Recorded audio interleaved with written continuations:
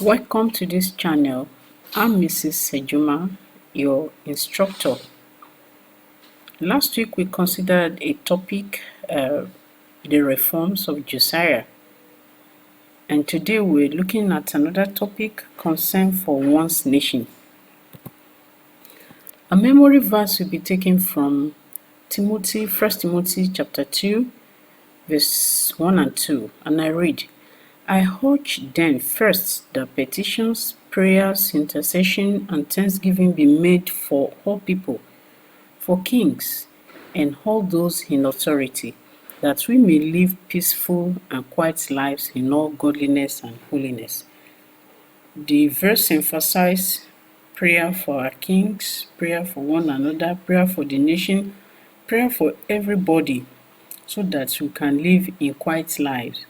And our text is taken from 2 Kings chapter 24, 25, 26 to Extra chapter 4, chapter 5, chapter 3, and Nehemiah chapter 4. It's a long passage, but if you can take time to read it, you will understand the entire story better.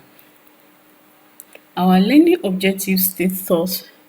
At the end of this lesson, the student should be able to describe the events that led to the collapse of Jewish nation, describe the condition of the people that were left in Jerusalem after the disposition, discuss the concern of Nehemiah, Ezra, Zerubbabel for their nation and their response to the state of the nation despite opposition, describe the reconstruction of the nation in the face of opposition. Events that led to the collapse of Jewish nation. As we can see, after the death of Josiah the king, a lot of things happened. Events that led to the collapse of Jewish nation. We can see that a nation as a corporate entity will always undergo turbulent times.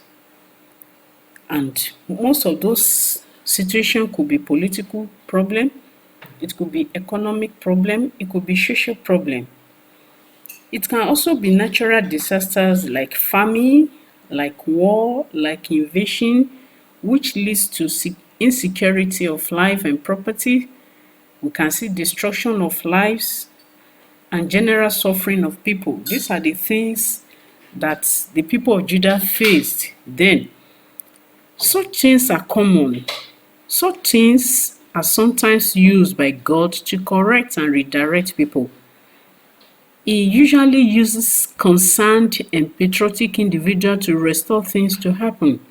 The people of Judah experienced such correction from God right from the period after the death of King Josiah to the end of Ezra and Nehemiah. We can see the condition of Judah, the condition of the people there because they disobeyed God and they were faced with a lot of hardship and trials, both political, economic, social. Their life was, a struggle for them. And God raised Josiah, a young boy, a small lad. He started ruling, and the Lord used him to bring the hardship and sorrow of the people to an end. He did his best and he tried, but as he died, killed by Pharaoh Necho, he went on and other kings start reigning after him. So these were the events that led to the collapse of Jewish nation. Their lives was full of sin. We can see atrocities of different type. We can see nepotism. We can see corruption. We can see worshipping of idols. We can see births. We can see prostitution. We can see human sacrifices. They sacrifice their children, male and female children, to gods. They refuse to serve the real God of the land. So these are the condition, of the people of Judah before and after the death of Josiah. When Josiah died, the thing continued. They have no regard for God anymore. The condition of the people that were left in Jerusalem after disposition. Josiah was killed by Pharaoh Necho in a battle at Megiddo. This resulted in Judah becoming a vassal to Egypt. What do you mean by vassal? Vassal, it could be likened to a person under protection of feudal lord whom he has vowed homage and loyalty. So after the death of Josiah, the people of Judah, they become vassal to Egypt, under the control, they were being tossed here and there. After Josiah's death, Judah began to deteriorate at an even greater rate than before. These are the people that have known the Lord before. Josiah has preached to them. Josiah has helped them to destroy so many idols, and he has told them the truth about the real God. Immediately after Josiah's death, they went back to their old ways of life. They started worshiping other gods. Pharaoh Necho therefore disposed Joash, that's Josiah's son, because he came up immediately after Josiah. Joash, one of his sons, came up as a king. But Pharaoh Necho, he did not like him. He disposed him. He now raised up somebody else. That's another son of Josiah. He now raised up another son of Josiah named Joachim to be king over Judah. Now let's look at the reign of Joachim. That record can be found in 2 Kings chapter 23 verse 35 and 24 verse 6. Pharaoh Necho installed Eliakim, another of Josiah's sons, as king of Judah. He changed his name from Joachim, who was a little more than a puppet, a dummy ruler. He doesn't have any say. They just put him there to be ruling. Joachim began to reign in Jerusalem at the age of 25, and he reigned for 11 years. He was a young boy. Of course, he was put there as a king, but he has no say. He is just a dummy king. In his time, Egypt was defeated by Babylon, and Judah became a vassal of Babylon. The people will come with their battles and war. They will defeat them. They will kill so many of them because he has no power. He has no say. Joachim did not follow the steps of his father Josiah. The father did well by serving the Lord, but when he got there, he turned his back against God and he was defeated. Sometimes God allows evil to befall so that we can know that he is the true God. He killed the prophet of Uriah. He was dishonest. He was very greedy. He was unjust with the people. And the cry of the people was going on night and day. He never listened to them. He rebelled against Babylon. He's switching his allegiance to Egypt. And before we know, he died. After his death, another king came up. His son, Joachim, now came after him. Now let's look at the reign of Joachim. Joachim, he was 18 years old when he began to reign. He reigned in Jerusalem for 3 months, just 3 months. His mother's name was Neusta, the daughter of Enata, in Jerusalem. He did that which was very evil in the sight of the Lord. In his time, King Nebuchadnezzar of Babylon came up against Jerusalem, and he ruled. He controlled everything. During the second invasion, the Babylonians looted the temple and went with all their leaders into captive.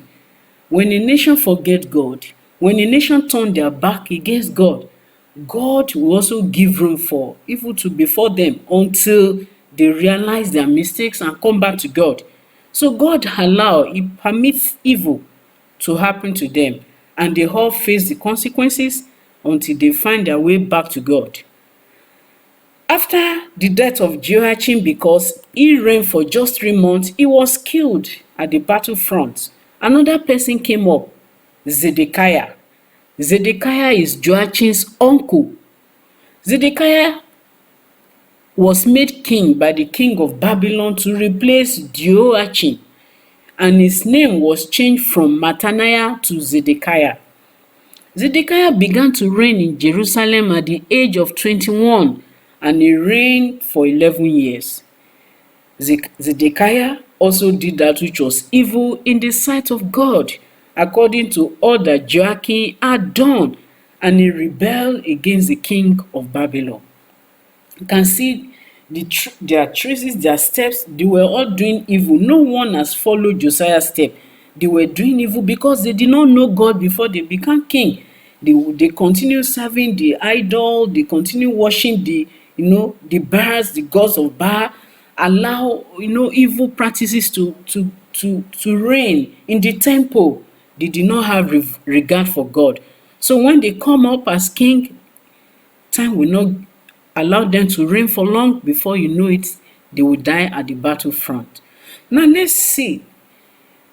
All these kings, they were coming. Josiah came, he died. Joash, his son, came up, he also died. Joachim came up, Joachim came up, Zedekiah came up. Different kings were coming in the land of Judah. God was looking at them. Another king now came, not a king, another prophet. God raised a prophet, to stand in the gap again. And the prophet was Prophet Nehemiah. Nehemiah was known to be a weeping prophet. Any little thing that happened, he would take the matter to the Lord in prayer. He was known as a man of prayer. He actually took his time to pray.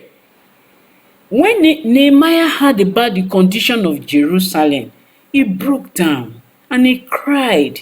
When he heard that Jerusalem's wall still had not been rebuilt, he was not happy. He was downhearted. He fasted and he prayed for several days. He went to the king, and the Lord granted him favor beside the king. Now, the king's commission and opposition. The king, when he went to the king, Nehemiah went back to King Ahasuerus, and he pleaded that he should be allowed to go and rebuild the wall of Jerusalem. The king granted his request and gave him a letter so that he would be allowed to pass through the territory. But there were enemies. Who had the enemies? Sanballat and Tobiah. They stood against him. They opposed him that they never want the wall of Jerusalem to be built. The wall of Jerusalem is a very big wall that there are so many entrances there. We have there are so many entrances there. So Sanballat and Tobiah did not want this work to be done. So they opposed him. They did not welcome him. They hated him. But God was with Nehemiah. God stood by him. And everything was going on. Anybody that puts their trust in God, God will always stand by the person. Nehemiah never looked at the threats and the punishment of Sanballat and Tobiah. He trusted in God. Obstacles were there. His foes were there. They claim they are smarter. They claim they are wiser. But he kept quiet because God has already approved the work. So, King Cyrus of Persia, who ordered the people of Israel to go and rebuild the temple of the Lord, also had hand in it. He devoted his time, his money, and everything he had so that the wall can be built. Nehemiah went ahead and he ordered the people, he gathered all of them. Certain set of people will do this, another set of that will do that. That's how everybody came, and the wall of Jerusalem was built for 52 days. What are the significance of this lesson? We can see that no matter what in life, if God has approved something, nobody can change it. If God has written something concerning an individual or a nation or a community, nobody can reverse the hand of the clock. God has already written in that the wall of Jerusalem will be built by Nehemiah, and it came to pass. Other kings, they tried their best. Josiah tried his best. If not that, he was killed by Pharaoh Necho. Now let's see the significance of this lesson. War is not good for any nation. It's not good for nations to partake in war because the end results could be disastrous. There must be positive concern for our nation. Yes, we should all have positive concern for our nation. We should love our nation just like Nehemiah loved the city of Jerusalem. He doesn't want anything to happen to them. He has the passion. He has love.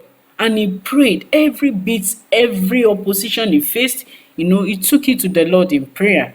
Everybody must contribute his or her part in national building by paying expected taxes and levies. This should be the role of a Christian. We should not fold our hands. We should contribute. We should, whatever a contribution we can contribute to the growth and the development of our community and nation, we should do as well. The activities of Jerusalem with Joshua with Ezra show that nation building is achieved greatly by joint effort. Yes, teamwork, collaboration. When we all agree together and we work together, the end result will be beautiful. We must always demonstrate the spirit of love for God's people. We can see all these attributes in the life of Nehemiah. Nehemiah, he was a man of good character. We can see he was persistent, a man of prayer. He's a brilliant planner, an organizer, a motivator. Under his leadership, we see the wall of Jerusalem was built in 52 days. He was a political leader that led the nation to religious reforms and spiritual awakening, having heard of the atrocities and terrible things they were going on in the land. He was a man of calm spirit. He was calm under opposition. He was calm under any oppression. Even when Sanballat and Tobias, when they raised their ugly head against him, when they did not welcome him back into Jerusalem, he was so calm. He was calm and he was going.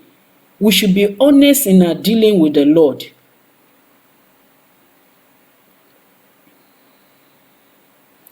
Anybody that put their trust in God's hand, the Lord will lead that person in a positive way, and the end result will be achieved. We have learned a great lesson from the life of Nehemiah, even from Josiah. Josiah started early, and that's to tell us that there's nobody God cannot use. If Josiah could start serving the Lord at that age, the Lord is looking for who will serve him. He's looking for that girl. He's looking for that boy.